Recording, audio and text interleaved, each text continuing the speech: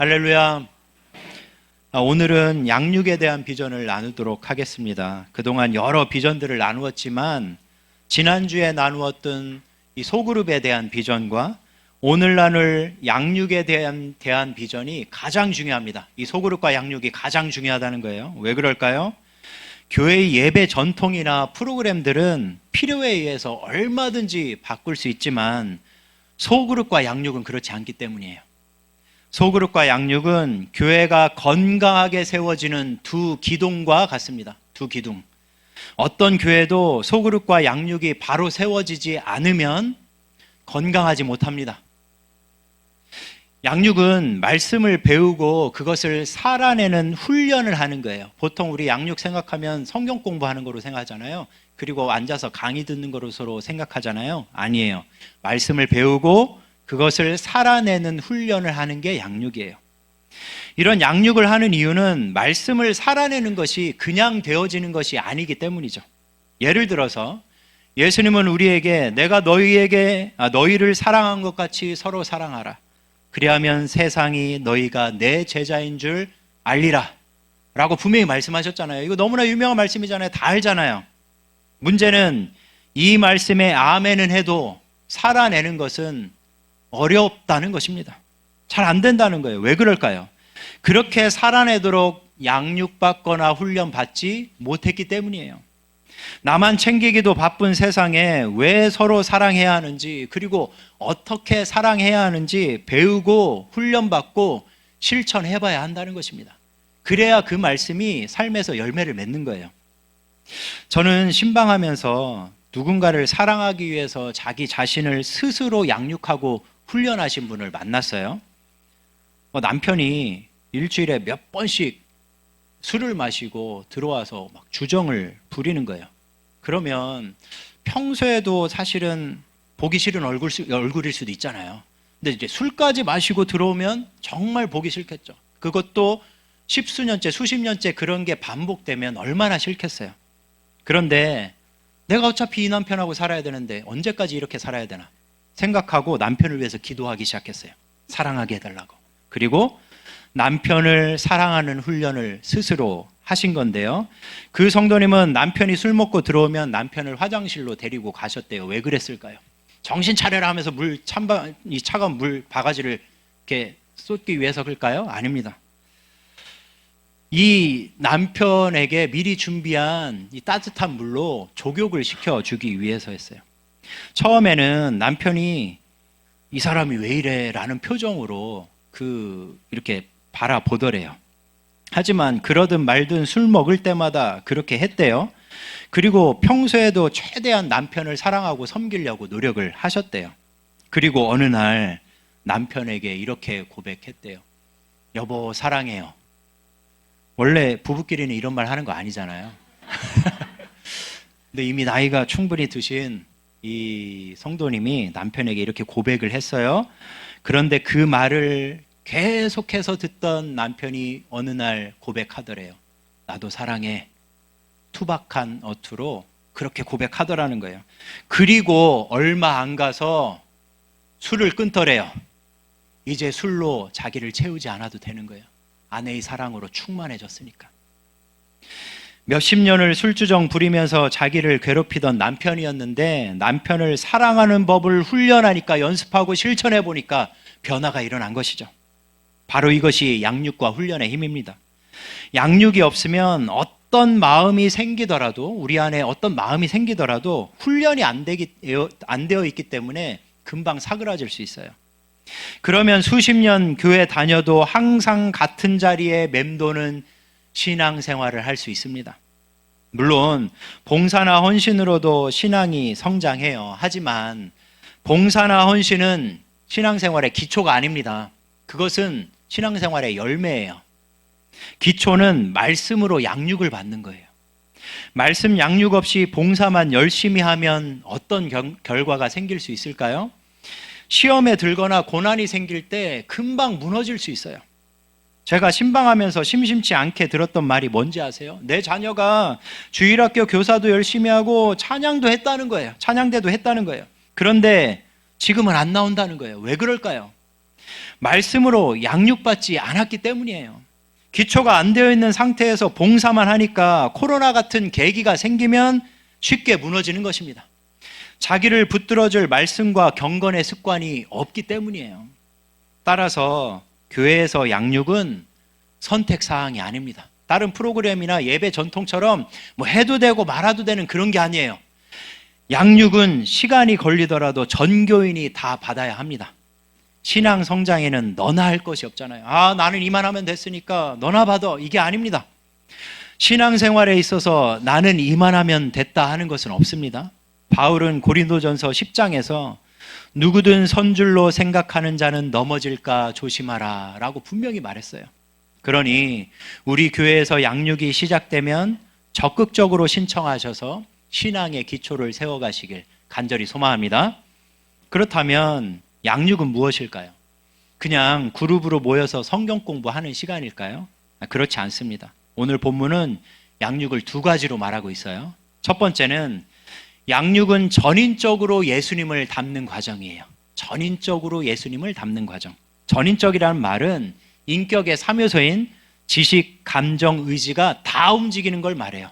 우리의 인격은 지식, 감정, 의지로 이루어져 있거든요. 이게 다 움직이는 걸 전인적이라고 말해요. 우리 13절 말씀이 그걸 말하고 있는데 13절 말씀을 함께 읽겠습니다. 우리가 다 하나님의 아들을 믿는 것과 아는 일에 하나가 되어 온전한 사람을 이루어 그리스도의 장성한 분량이 충만한 데까지 이르리니. 아멘. 여기서 믿는 것과 아는 것은 단순히 머리로 믿고 아는 것을 의미하지 않아요. 성경에서 믿음은 늘 전인적인 믿음을 가리킵니다. 또 성경에서 아는 것은 늘 인격적으로 아는 것을 의미해요. 따라서 양육은 이 머리로만 해서는 안 되겠죠.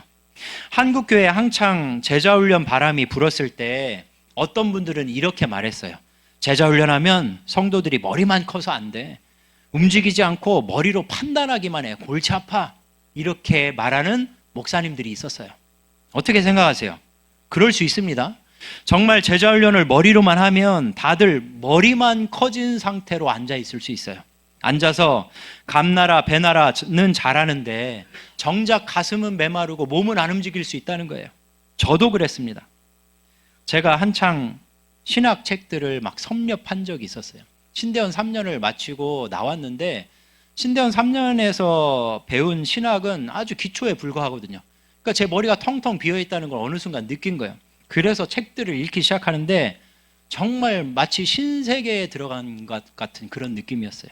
2000년에 기독교 신학이 얼마나 깊고 넓은지 저는 완전히 우물한 개구리였어요. 그래서 기독교 교리부터 뭐 철학까지 닥치는 대로 막 읽었습니다. 그런데 그렇게 몇 년이 흐르니 어떻게 되었을까요?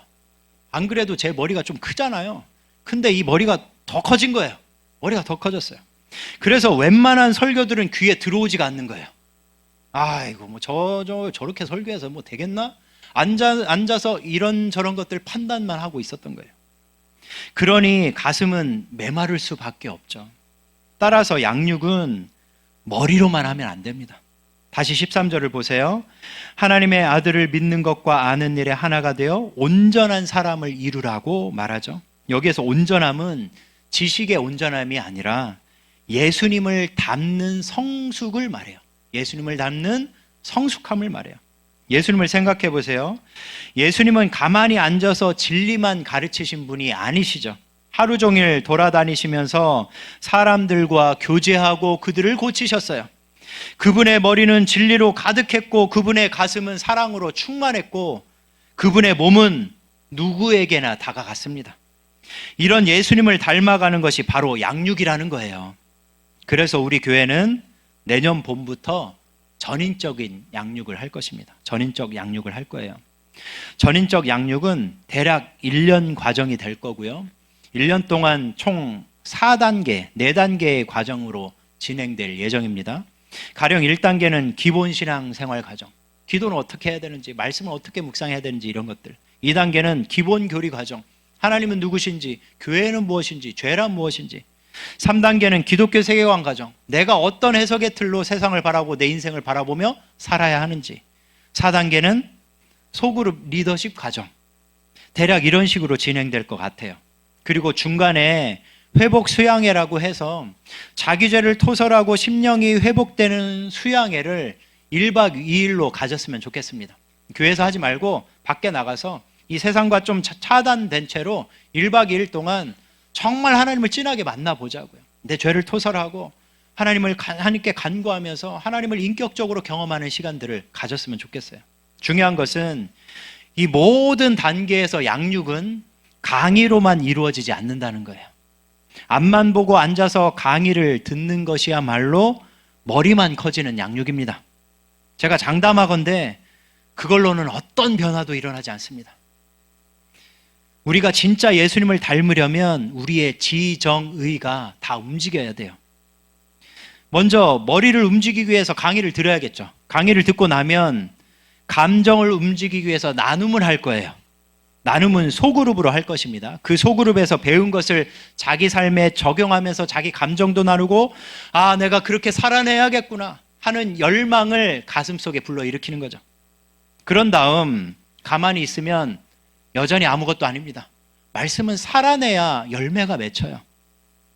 의지가 움직여야 된다는 거예요. 의지가 움직이기 위해서 뭘 해야 할까요? 살아봐야 하는 것이죠. 말로는 누가 못해요.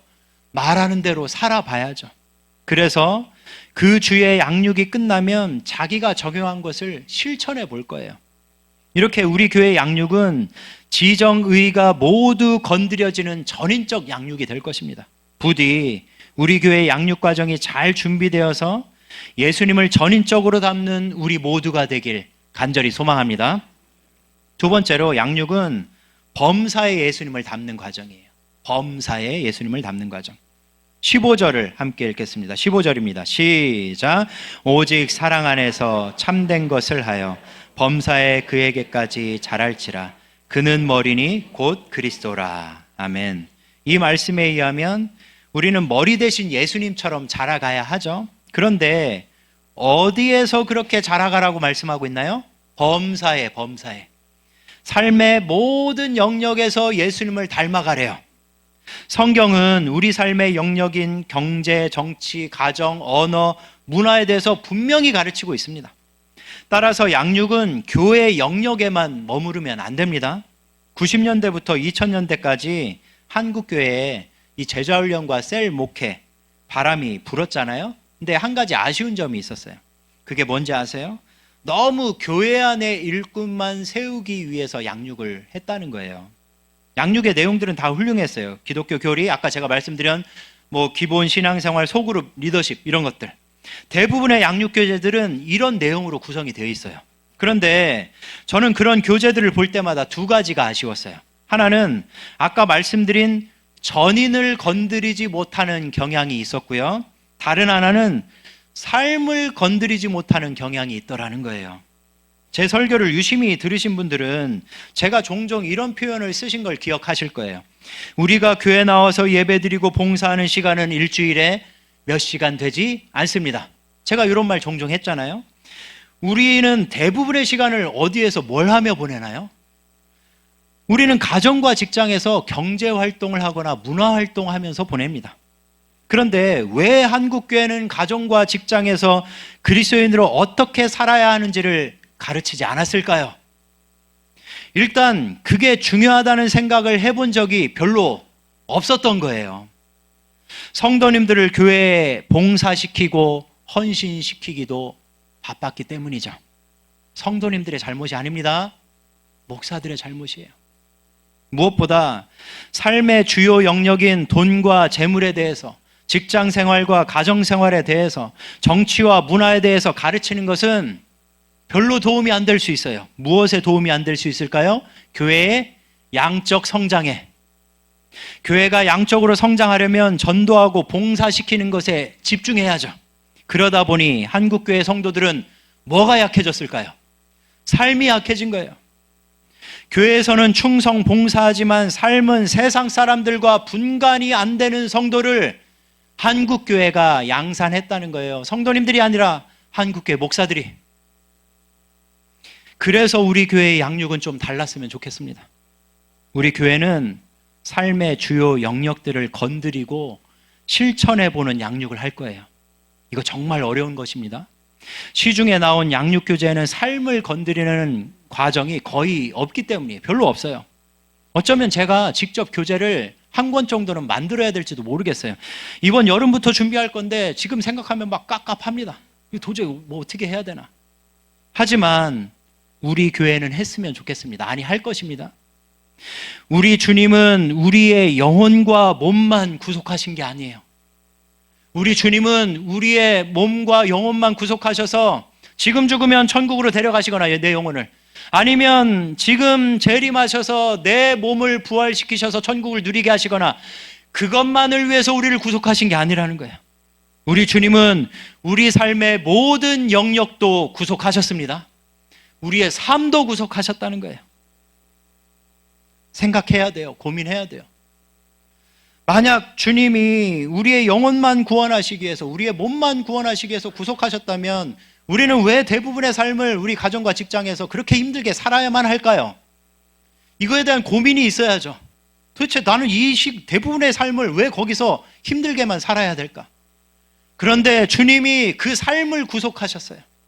그 삶에서 예수님을 닮으라고 구속하신 것입니다. 잊지 마시기 바랍니다.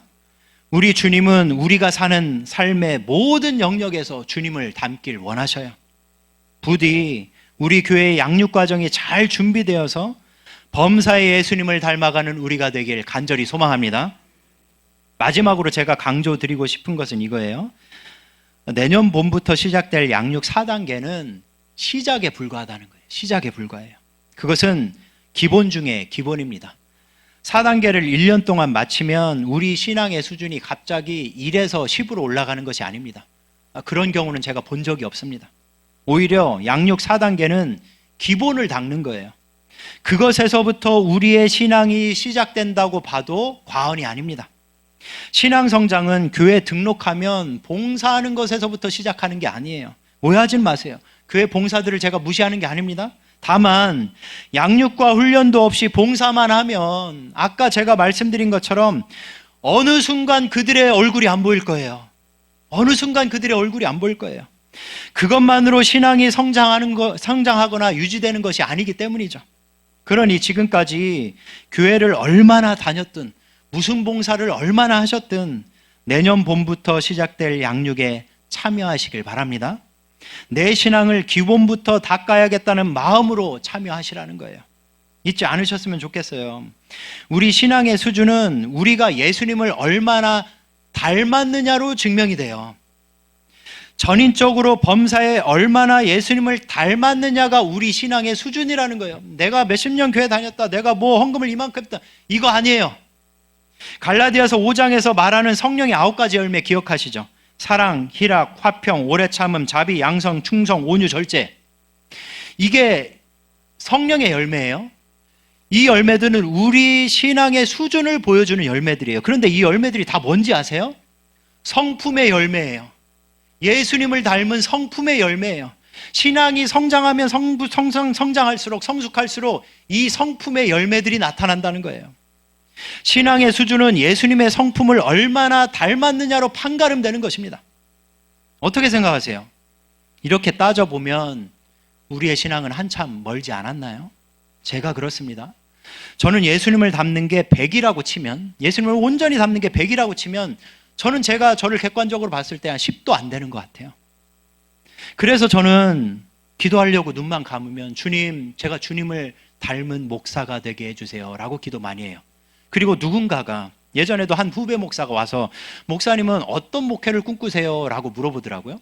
그러면 보통 목사들이 나는 제자훈련하는 목회할 거야, 뭐 나는 다음 세대를 세우는 목회할 거야, 나는 새 성전을 뭐 크게 지어서 어떻게 할 거야, 뭐 사회를 향한 뭐 이렇게 대답하는데, 저는 그렇게 대답했어요.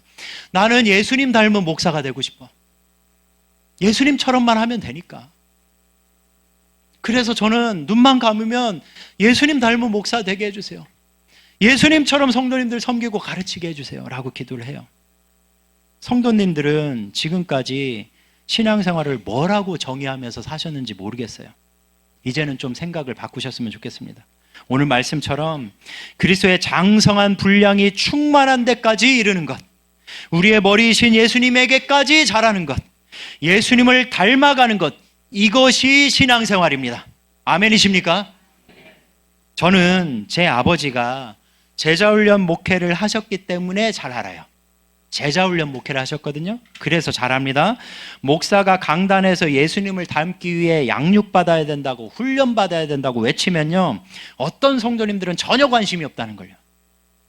지금 당장 먹고 살기도 바쁜데 괴롭고 힘든 상황인데 1년 동안 양육받으라는 말이 별로 와닿지 않을 수 있어요.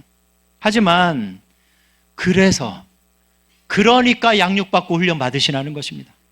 그렇게 먹고 살기 바쁘니까, 괴롭고 힘든 상황이니까, 도대체 그런 상황에서 하나님이 나에게 뭘 원하시는가를 알기 위해서, 그런 상황에서 말씀대로 살면 어떤 일이 나에게 일어나는지를 경험하기 위해서, 그런 상황에서 하나님의 뜻대로 사는 능력을 맛보기 위해서 양육받고 훈련받으시라는 거예요.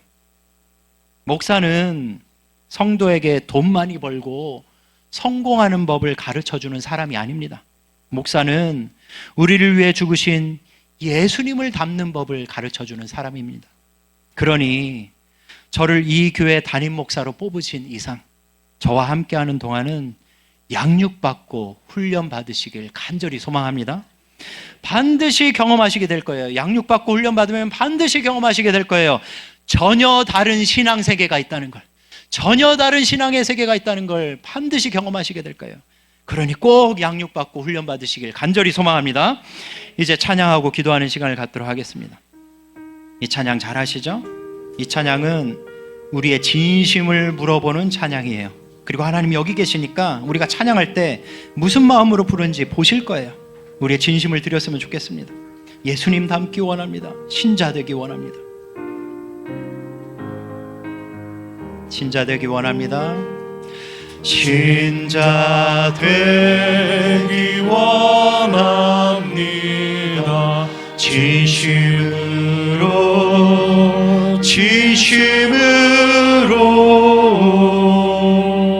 신자 되기 원합니다. 신자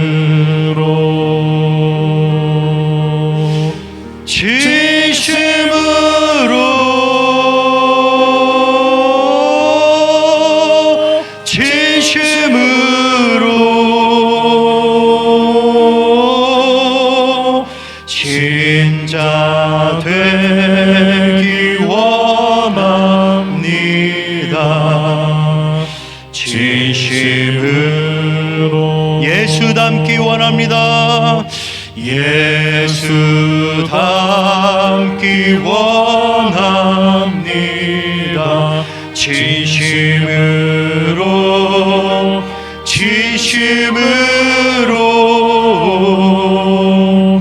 예수 닮기 원합니다.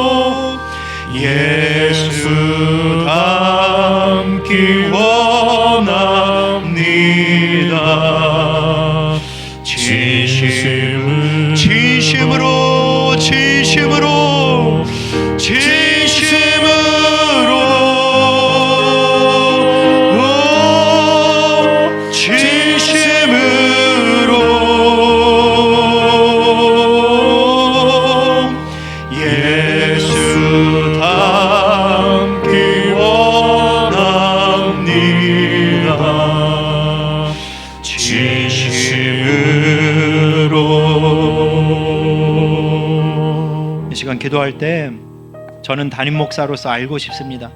우리 성도님들이 얼마나 자기를 위해 죽으신 예수님을 닮고 싶어 하는지를요, 아니면 예수님보다는 세상에 하나님 떠나 살아가는 부자들과 성공한 사람을 닮고 싶어 하는지를 정말 제가 마음속에 들어갈 수만 있다면 좀 알고 싶습니다. 그런데 저는 모르지만 여기 계신 주님은 아십니다. 한 가지 분명한 것은 우리 예수님은 우리를 위해 십자가에서 죽으셨다는 거예요. 예수님이 그렇게 십자가에서 죽으신 이유는 분명합니다. 우리가 예수님처럼 살도록 하기 위해서 죽으셨습니다. 이걸 잊으면 오랫동안 교회 다닌 거 별 의미가 없습니다. 오랫동안 교회 다닌 거 별 의미가 없어요. 예수님처럼 살지도 못하는데. 그러니 날 위해 죽으신 주님 닮기 원합니다. 내 지식과 감정과 의지를 다하여 내 삶의 모든 영역에서 주님 닮기를 원합니다. 이것을 위해서 양육받고 훈련받기를 소망합니다라고 우리 주여 한번 부른 다음에 같이 기도합니다. 주여, 주님 정말 알고 싶습니다. 주님 알고 싶습니다. 우리 모두가 과연 정말 나를 위해서 십자가에서 죽으신 예수님을 닮기를 원하는지, 아니면 주님을 알지도 못하는 사람들이 떵떵거리는 거 부러워하면서 그 사람들 닮기를 원하는지, 주님은 이미 다 우리의 마음을 아시는 줄 압니다. 주님이 왜 십자가에서 죽으셨는지를 기억하길 원합니다. 주님처럼 살도록 하기 위해서 우리 삶의 모든 영역에서 전인을 다해서 주님을 닮은 삶을 살도록 하기 위해서, 그것 때문에 우리를 위해서 십자가에서 죽으신 줄 믿습니다. 날 위해서 죽으신 주님 닮기 원합니다. 내 지식과 감정과 의지를 다해서 내 모든 삶의 영역에서 주님을 닮길 원합니다. 주님, 이것을 위해서 양육받고 훈련받는 내가 되게 하십시오. 이 상태로 안주하지 않게 하여 주십시오. 이 상태에서 안주하지 않게 하여 주십시오.